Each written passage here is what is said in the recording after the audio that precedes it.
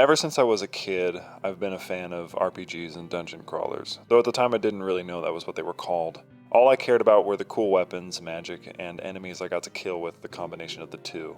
In 2002, upon visiting a local Blockbuster and seeing a fresh copy of Kingsfield the Ancient City for the PS2 sitting firmly on the shelf, I found my interest positively piqued. Flipping over the box and looking at the in-game graphics and the promise of adventure and exploration had me nearly frothing at the mouth, so naturally I rented it, took it home, and repeatedly died, reloaded, and died again, which for some reason I loved. Kingsfield 4, as the game is known in its native Japan, was the final substantial entry in the role-playing dungeon crawler series made by a little company you may know as From Software, who many of you undoubtedly know for their infinitely popular and influential Dark Souls series, which spawned an entire genre of games known as Souls-likes. Kingsfield and its spin-off series Shadow Tower were heavily inspired by the very popular Wizardry and Ultima series, which were the quintessential dungeon crawlers in their own heyday. Kingsfield by extension was, for its time, a groundbreaking series which focused heavily on atmospheric level traversal, combat, exploration, and occasional puzzle solving. The Souls series and genre would heavily borrow and in many ways became an extension or an evolution of these very ideas. Everything from their brooding atmosphere, spongy boss fights, obscure NPC questlines, stellar soundtracks, and even the Moonlight Greatsword itself have been there since the very beginning, or close to it anyway. This isn't to say that some of those things didn't exist in other games, but it's hard not to see the influence of Kingsfield 4 on something like Demon Souls or Dark Souls if you put them side by side.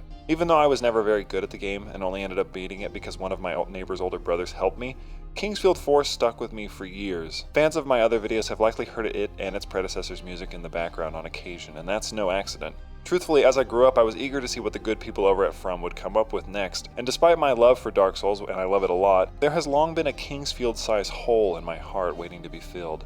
Something I never suspected would happen. That is, until I discovered Lunacid.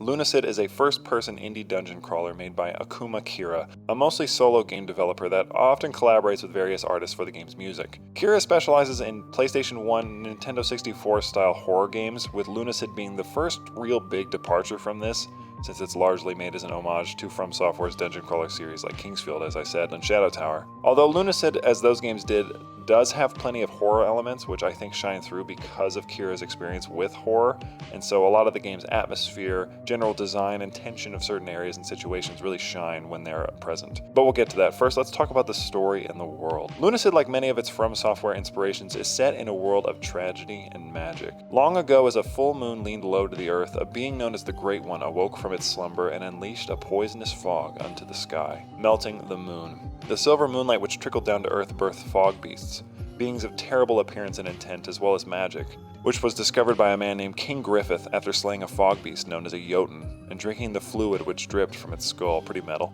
Humanity in this strange and harsh new world banded together into feudal kingdoms, with some, like the kingdom of Lyria, investing heavily into this new power. But that was long ago, and Lyria lies in ruins, destroyed by the magic and the tears of moonlight which trickled down with its use. Today, a great well sits at the center of Lyria, carved by the power of that very moonlight. Some say deep within, the Great One slumbers still, guarded by an undying and cursed night, though the validity of this is dubious at best. In reality, the Great Well is a prison for the undesirable and the criminal, which our character evidently was, because it is here we, the player, begin our story with just a single goal: escape. There's a bit more story to the game than that, and various story bits can be discovered by in-game books, statues, items, and NPC dialogue, much like a FromSoft game, but that's really all you need to know to understand the basic premise. In any case, you're a prisoner now, and in a sort of reverse Shadow Tower, or, and this may date me, Battlespire, you need to descend to the well's depths to uncover its mysteries in order to, hopefully, escape. After the introductory cutscene, you are given the chance to name yourself, select an avatar or a picture of your character, as well as your starting class, which will dictate your level, health, mana, and starting skills. There are 9 starting classes in the game, ranging from a knight to a vampire, with each having their own bonuses and trade-offs. A vampire, for example, comes with unique features such as being able to heal with an item known as Blood Wine, or being able to regenerate health while attacking enemies that have blood or non-undead enemies. But playing a vampire also comes with trade-offs, such as being less resistant to fire and light damage, with fire causing 50% and light causing 100% more damage to the player. This, however, comes with advantages too, with vampires taking 25% less ice, 50% less poison, and 75% less dark damage. Each class has these strengths and weaknesses, not only in base stats but in set resistances.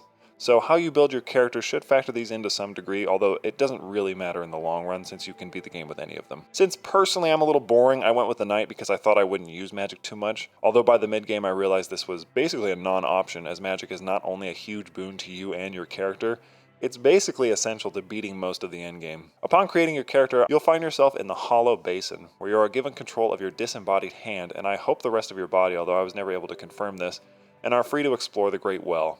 Very early on, you'll come across this lost grave, which reads, "Newest of the Fallen, take up your sword and fight," which is sort of like the tagline of Lunacid.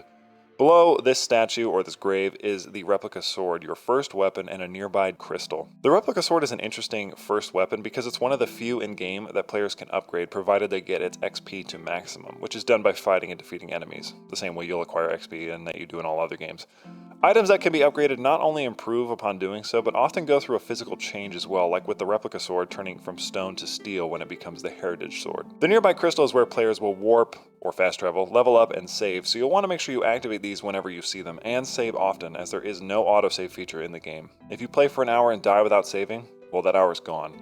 And this feature may be jarring to players accustomed to autosaves in games, so that's why I'm mentioning it now. Now in this starting area, enemies and even the layout itself is pretty basic. Hollow Basin is sort of like a branching starting point to other areas, whereas other areas are sort of linear or maybe more labyrinthian. Enemies in Hollow Basin include snails and shulkers. However, enemies in Lunacid vary from these very basic, not particularly threatening varieties to floating nervous systems or abyssal demons. Areas likewise offer a huge variety for players to explore, with some requiring a fair amount of problem solving or platforming to maneuver, and others just being, well, a treat to experience. Lunacid at its core is a game that wants you to wander around and figure things out for yourself. If you think you can stack coffins to reach a new area you otherwise couldn't, well, try it. If you think you found a hidden walkway, shoot arrows at it to uncover a secret sword with crazy DPS. There are numerous hidden doors and secrets to uncover, all of which encourage you to experiment with the environment. Something I recommend doing without a guide as well. There's nothing quite like finding a hidden path and sitting in front of an artificial beach in the basement of a vampire's castle, and I think a walkthrough would spoil this sort of discovery for first-time players. This feature, however, is something both worthy of praise and criticism, as since the game is so vast, it can become a little tedious trying to find all the secrets without a guide.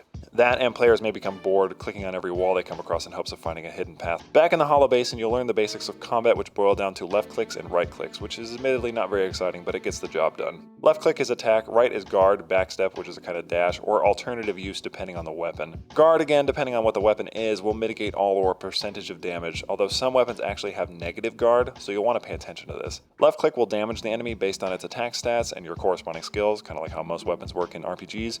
You can also hold left to do a charge attack, which was basically the only way I personally attacked with most weapons. You can hold attacks indefinitely, as long as you hold down the left click, that is, which essentially charges them for later use. Since there is no stamina outside this charging bar, and you are always sprinting anyway, players are encouraged to move around and find openings when they can. And it can be difficult to read the attacks of certain enemies since they attack so fast and there's not really a lot of preamble to these attacks, and since I personally found the block to be a bit hit or miss most of the time, I resorted to the classic step back, avoid attack, step forward, swing, step back strategy. It's good, but it doesn't do the combat any favors. It may be faithful to the Kingsfield games, which a lot of people I'm sure know the strafe attack strafe technique, but it won't win any awards. Even bosses or boss-like enemies, which are very limited in the game, are fairly simplistic, but offer enough of a challenge, I think, to keep the variety of the game interesting.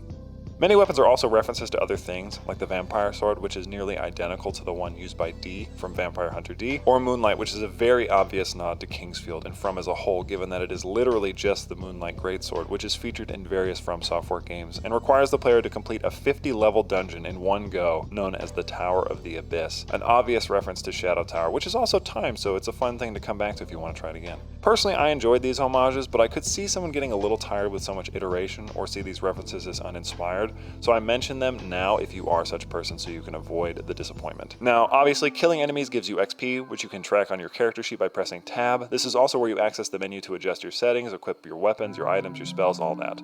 The game setting options are fairly basic and easy to navigate, although there was no VSync option in the game, so I had to do it manually through the NVIDIA control panel, as I was personally having a ton of tearing without it. And if you wish to rebind your keys, you have to change it via a notepad, which opens outside of the game itself, which I found kind of weird.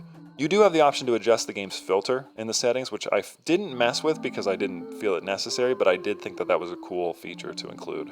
For those wondering, there is no map. There's no map for any of the game's levels, so if you get turned around easily, well, you better craft some of these flags to keep you from getting lost, which I only really needed in like one area, so it's not too difficult. And I'm not a genius by any stretch, trust me. Each time your XP reaches maximum, you guessed it, you gain a level, and with each level you get a skill point. A skill point you can use in any of the 6 skills: strength, defense, speed, dexterity, intelligence, or resistance. Each of these thankfully tell the player what they do when you hover over them, so this eliminates some guesswork that other RPGs tend to have. I recommend personally, player to player, investing a little bit extra into speed and dex, I know. But having higher jump in particular will help you out in areas that demand platforming, and there are more than a few, and speed is almost always useful for positioning or tactical retreats, which there will be a few of those, trust me. Since we already discussed weapons, your first spell, Ghostlight, might not be very exciting, but is found in the Hollow Basin as well, and serves as a good introduction to magic, which is cast with C or V, depending on the finger you equip the ring, and of course if you don't change the spell. Even if the spell is just a light, it is a good way of getting used to the fact that spells have to be charged to use them. Other magics include summoning stackable coffins or summoning ice from the floor. Magic again must be charged fully before casting, with stronger spells taking a lot longer to charge naturally.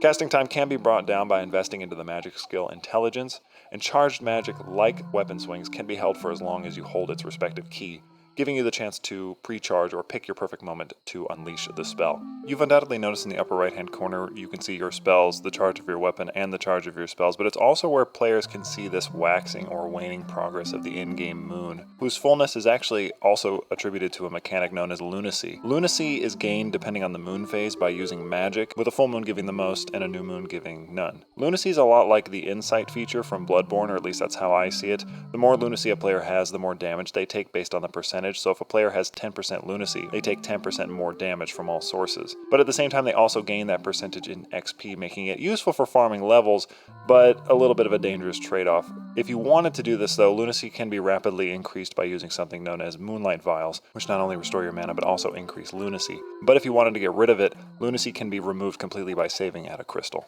Items are used with the 2 key and switched over between the 1 and 3 key, again if you don't change it, and range from healing or mana replenishing to keys, which you for some reason need to equip to open doors.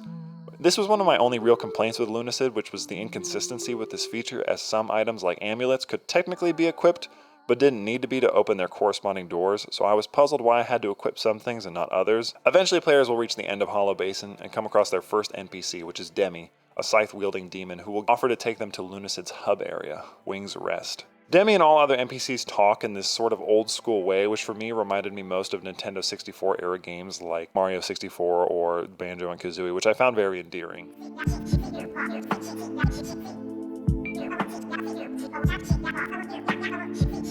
In Wings Rest, players will find another warp crystal, a magic pool to upgrade their weapons, which we talked about, as well as 3 other NPCs, Clive, Etna the Alchemist, and Cheryl the Crow. Clive is probably my favorite hub NPC because while he is a little crazy, he also shares a lot of the game's lore through his fragmented memories with the player. Etna doesn't talk much, but is where players can craft various items through alchemy, the recipes for which you discover as you experiment with her, and are thankfully forgiving enough not to destroy items you try out. I admittedly didn't use alchemy all that often, so I don't think it's terribly necessary to your enjoyment if you do decide to skip it. Cheryl the Crow is the shopkeeper and gives you various items in exchange for silver, which you can find throughout the world. Although I found it annoying that you couldn't trade her for silver, I really wished I could sell stuff I didn't want, which was sort of a bummer. There are various other NPCs sprinkled throughout the game too, my absolute favorite being this guy, Garrett the Hound, the last surviving member of a party of knights who seeks to do battle with the Well's greatest foes. Though he's often pretty underqualified in this department, he's basically this game's Sigmar from Dark Souls, as he's a total bro who means well but is often more ambitious than able. Players will initially find him stuck outside a castle whose gate is locked, much like Sigmar stuck outside of Sen's Fortress in the aforementioned Dark Souls. Some NPCs will also have occasional quests, which are never overly complex, but offer at least some valuable side content, which can include things like hunting down a skull for a forest nymph to be used as a pot, or removing the impervious gold armor from a knight who was burnt alive inside it to be used for money. I do feel it necessary to also mention that Wings Rest was where I ran into my one and only bug while playing Lunacid.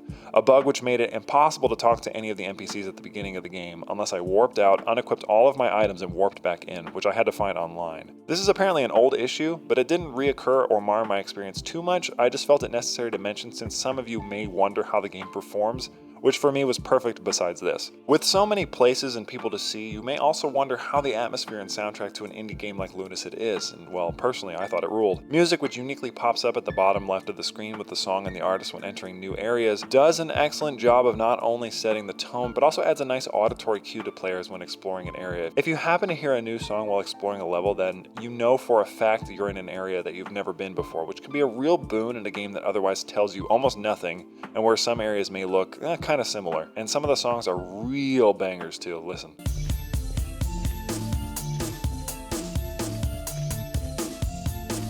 And this isn't to say everything has musical tracks or has these ripping soundtracks. The game does occasionally opt for a less is more approach to atmosphere and instead leaves you with your thoughts.